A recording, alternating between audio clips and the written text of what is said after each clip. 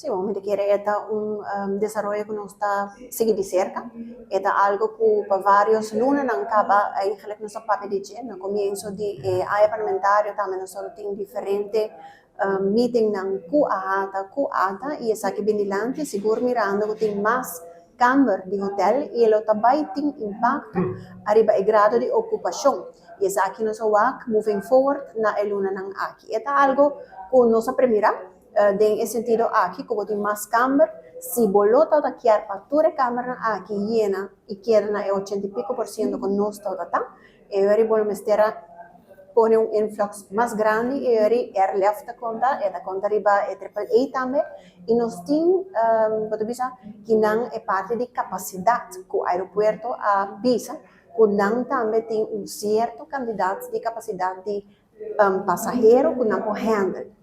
Que considerando essa aqui, a cifra não conosco agora que não seguro a barra basta, pero no mesmo momento que o sim que algo que nós primeiro mirando a capacidade de aeroporto e também mais câmara de hotel. Pelo qual trata pode ser percentagem que a minha conta escolher para que era outra acomodação. Essa aqui também é um trend que a minha que nós mister sigue de cerca, naturalmente em parte de regulação. A papel rápido quando diz aqui mirando que nós temos que uma para tackle essa aqui fora de caminho de plataforma não também que não está registrado só para viajar botar lá algo para negócio mesmo vai registrar e essa aqui vai tardar demasiado rápido que não também de parte do governo nós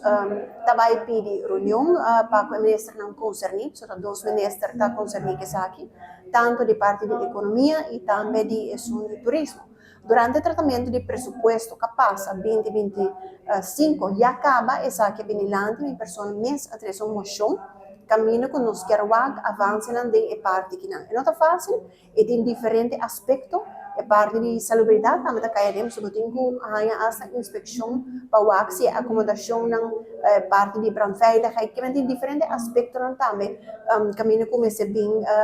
erbij para o a qualidade também que está oferecendo de parte de Airbnb aqui a parte fiscal a parte de turismo a parte de quem vai controlar tudo isso aqui não pero seguro me de parte do parlamento e de comissão de turismo nos tem vista de cerca de pesquisa.